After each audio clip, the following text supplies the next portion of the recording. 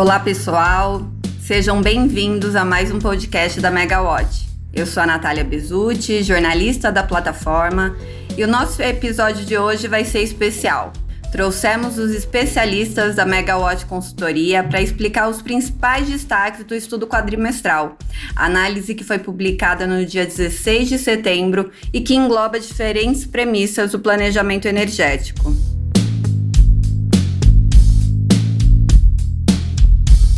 A presidente da Megawatt Consultoria, Ana Carla Petti, os analistas setoriais Luma Buffler e João Barreto e a gerente de preços e estudos de mercado, Juliana Chad, falam para a gente sobre a evolução da carga, oferta e expansão de potência, além de uma previsão de preços no mercado.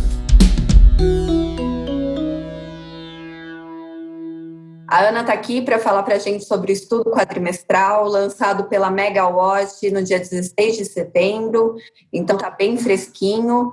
E Ana, explica para a gente um pouco o que é esse estudo quadrimestral, o que ele traz aí para quem vai olhar a análise. Bom, o estudo quadrimestral é um estudo que a Megawatt lança nos meses de janeiro, maio e setembro, acompanhando o calendário, os estudos de projeção de carga, divulgado conjuntamente pela EPE, pelo ONS e pela CCE. Nesse estudo, a gente então apresenta um panorama das condições de demanda de energia elétrica, da oferta de geração, avalia então o balanço, entre esses dois parâmetros, entre oferta e demanda, faz um panorama também do histórico recente de afluências, de reservatórios, de condições meteorológicas e apresentamos também uma projeção de preço. A gente também aborda algumas questões relacionadas à evolução do intercâmbio de energia entre os submercados e todos os parâmetros, então, que no final compõem o PLD, o preço de liquidação das diferenças. Também tendo uma ideia desse comportamento de oferta e demanda, é possível analisar qual é a sobreoferta, a gente está em um momento de sobreoferta, a gente vai comentar um pouquinho mais para frente isso, e também como esse fator afeta a expectativa de investimento, novos leilões de energia. Então é um material bastante completo sobre um panorama conjuntural do setor e que a gente então atualiza a cada quadrimestre. Ana, você falou que a gente vai até aprofundar um pouquinho aí mais para frente sobre oferta.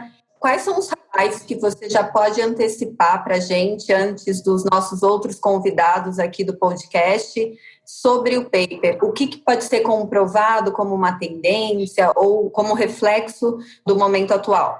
Nesse aspecto, então, eu gostaria de destacar 3 pontos, Então, o primeiro ponto foi o comportamento da carga entre janeiro e agosto de 2020, que é o horizonte que a gente analisa no paper. Em função da pandemia do Covid-19, a carga caiu, a gente voltou para um patamar de carga do ano de 2016. A expectativa é fechar o ano com cerca de 65 gigawatt médios. Então, é uma retração bem grande. Teve uma grande redução, chegando aí a 17% de redução de carga no início das medidas de isolamento social. Agora a gente já está vendo a retomada dessa carga, mas no ano, com essa retração, a expectativa é voltar em 4 anos de carga. Com isso, algo que a gente já tinha apontado no paper anterior, no paper de maio, é que já havia uma sobreoferta, quando se compara a oferta de geração já contratada em leilões regulados ou sendo viabilizadas integralmente no mercado livre, essa sobreoferta aumentou. E é um dado que eu acho até bem interessante, uma conta que a gente sempre apresenta no paper, qual deveria ser o crescimento econômico, o crescimento do PIB, para que toda essa sobreoferta fosse extinta, em que a carga ficasse igual à oferta. E nesse paper, o valor que a gente chegou foi que deveria haver um crescimento de PIB de cerca de 3% ao ano, superior ao que já é o cenário oficial. Então, seria um crescimento econômico muito vertiginoso. O que isso indica que a gente deve ter uma sobreoferta por um longo tempo, né? Ainda que haja uma recuperação econômica, possivelmente, então, reduzindo a demanda das distribuidoras nos leilões de energia regulada. E, por fim, o que eu gostaria de comentar é que, em função dessa redução de carga associada a um ano de boa hidrologia, né, o melhor ano de hidrologia, de afluência dos últimos 6 anos, então a gente tem observado valores de PLD baixos em comparação com o histórico dos últimos anos, né? A gente no paper tem uma seção que faz um estudo estatístico do valor do PLD nos últimos anos e a gente vê que os valores, a maioria dos valores do PLD, e eu estou falando em termos de PLD médio mensal, eles estão abaixo do percentil 25, ou seja, ele está entre os 25% menores valores históricos do PLD. Bom, Ana, então, pelo que a gente percebe, é um estudo bem completo que mostra bem a leitura do setor elétrico atual e que todo mundo deve dar uma olhadinha aí para entender o nosso atual cenário. Exatamente, é um estudo bem completo, bem rico de informações, com bastante detalhe. Como eu comentei no início, né, da nossa conversa, a gente passa por todos os parâmetros que compõem o PLD e dá uma visão geral de todo o mercado e do que esperar para o mercado para os próximos 5 anos. Legal, Ana, obrigada. Eu que agradeço, Natália.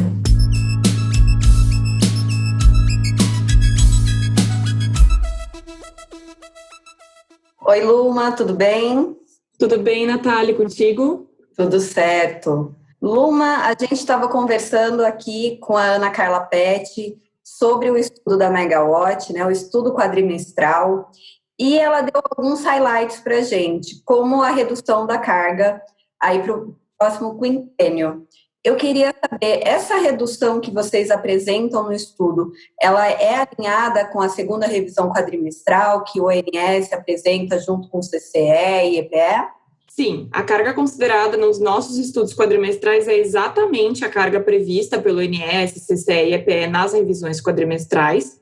É a partir desses dados que a gente elabora as nossas análises. Inclusive, em função da pandemia, foi liberada uma revisão extraordinária da carga, que a gente já levou em conta no estudo que a gente publicou no final do primeiro quadrimestre desse ano.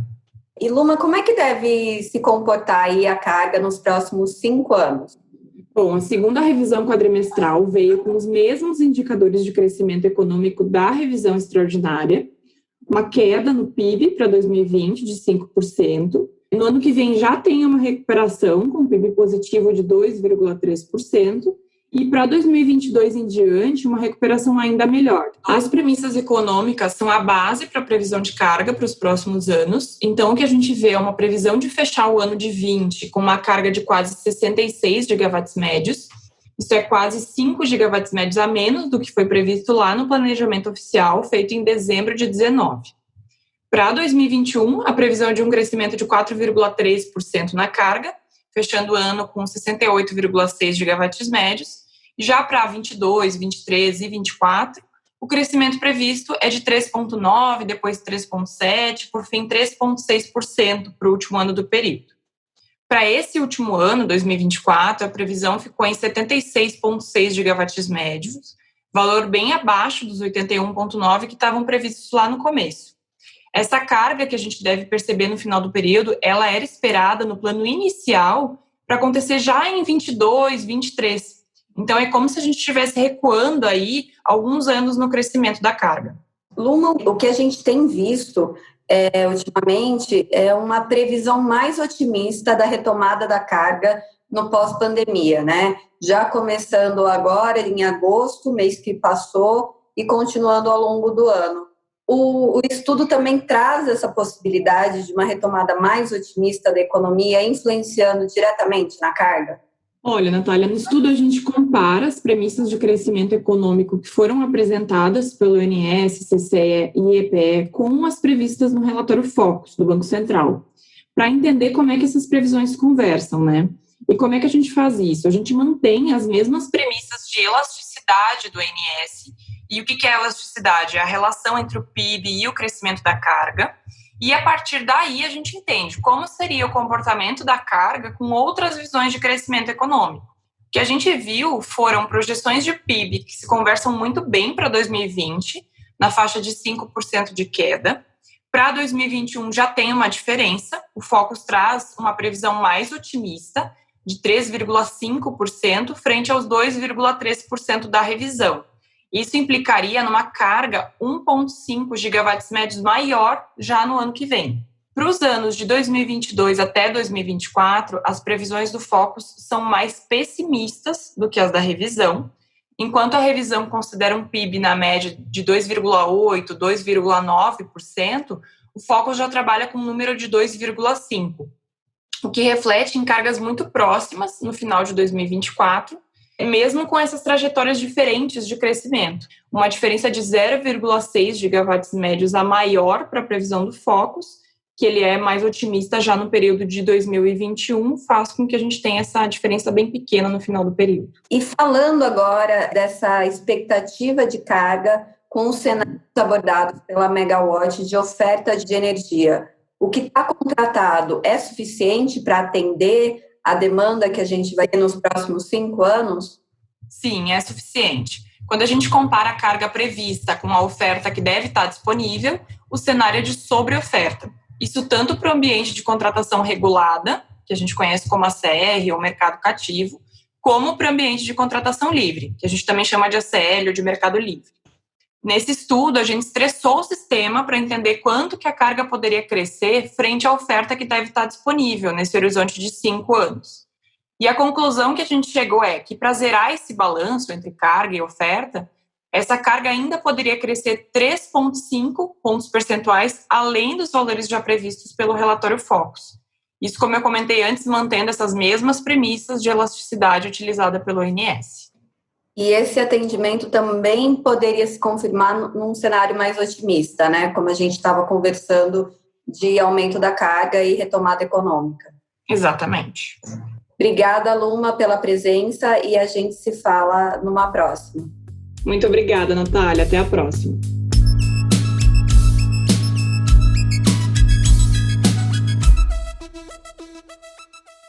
João, a gente estava conversando aqui primeiro com a Ana, depois com a Luma, e elas já abordaram a questão da carga no estudo e também que pode ter uma possível sobreoferta aí no ambiente tanto regulado quanto no livre. Queria que você explicasse para a gente como é que está isso no estudo quadrimestral apresentado pela Megawatt.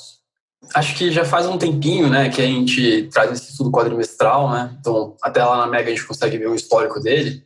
E desde quando a gente começou a publicar, a gente tem visto uma sobreoferta, né, de garantia física, tanto no ambiente de contratação regulada quanto no ambiente de contratação livre. Então, agora, com toda essa questão do Covid-19, né, que teve um impacto muito forte na carga, a gente vê que a carga cai bastante, né, a Lu deve ter comentado sobre isso, até a expectativa de carga para os próximos anos cai bastante, mas a oferta não, né? Então, a oferta já estava lá desde o início contratadinha, já tinha muito investidor investindo em expansão do sistema, então não dava para prever, né, que ia acontecer uma queda de carga tão grande. Então a gente tem visto aí o sistema continuando a expandir, mesmo com uma perspectiva aí de sobreoferta, né, e de uma redução de carga.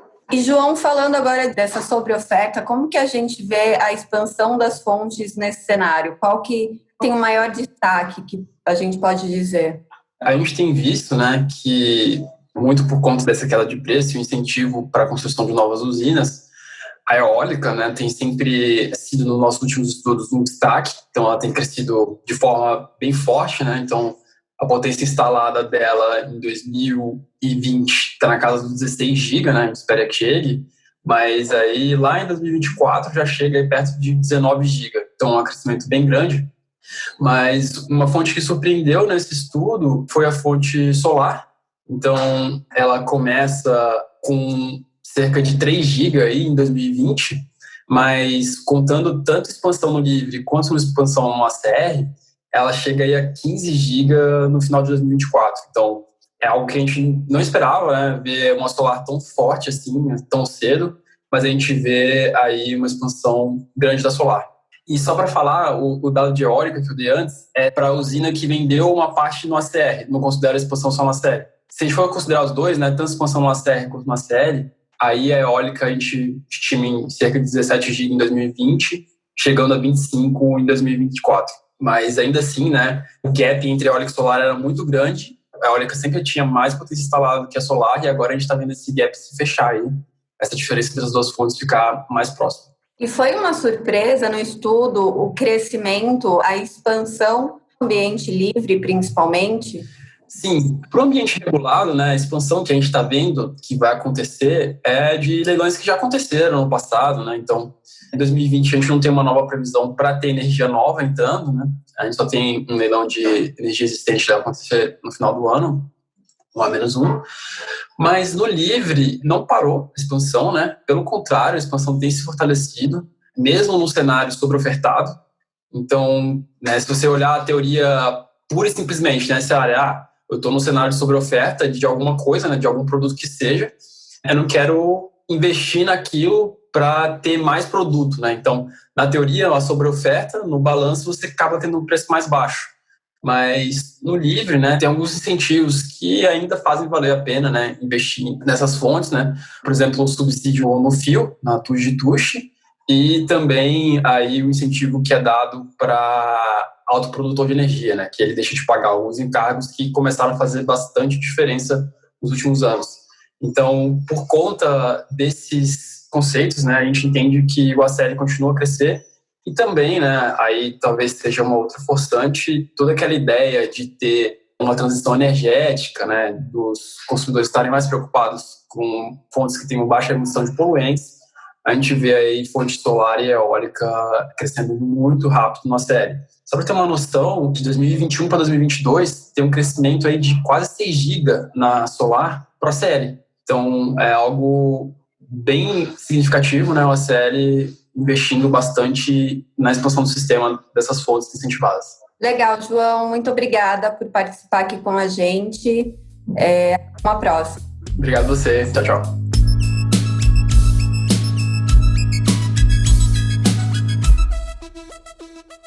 Juliana Chad, chegando para fechar o nosso MegaCast especial sobre o paper quadrimestral. Tudo bem, Juliana?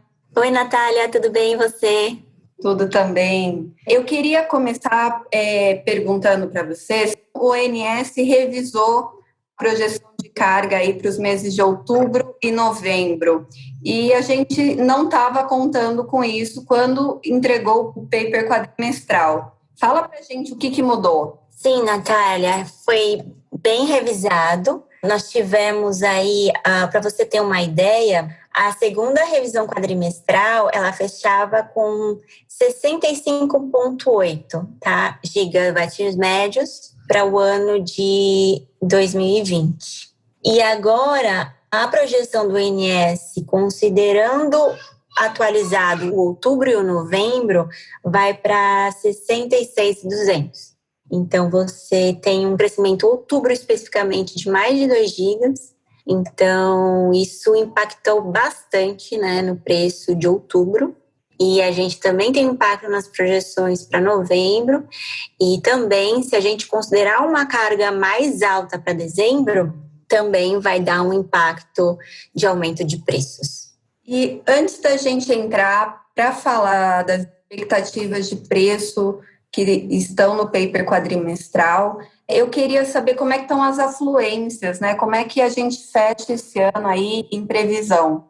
A gente tem agora em setembro uma atualização que a gente teve a confirmação do Laninha.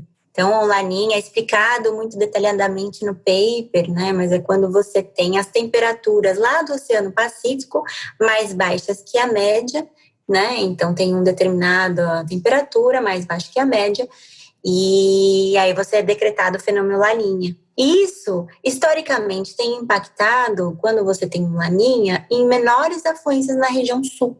Então, esse é um impacto que a gente está enxergando em termos de afluência, né? Um sul mais seco, um sudeste, um nordeste aumentando devido agora a gente está em transição para um período úmido, então deve ter gradativamente um aumento das afluências, né, no sudeste e nordeste, e já a região norte também, mas a região norte, o período úmido lá no norte é um pouco mais tardio.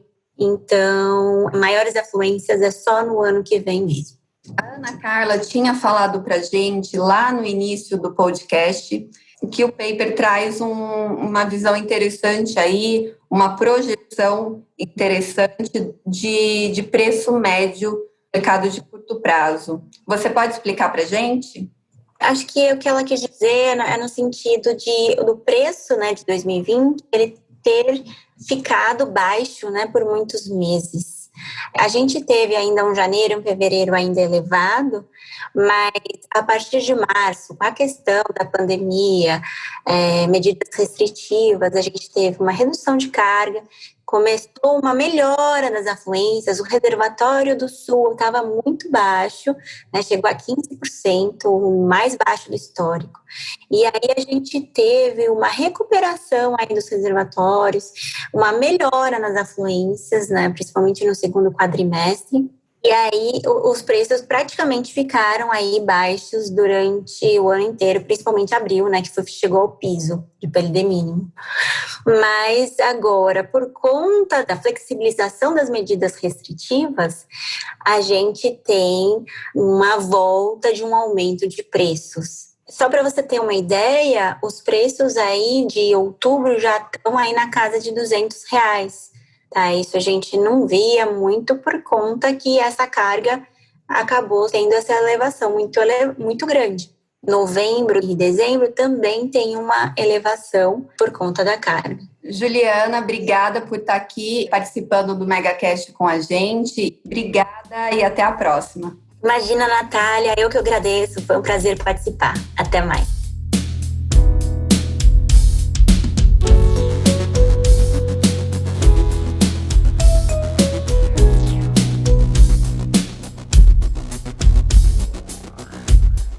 E esse foi o nosso podcast da semana. Um abraço e até mais.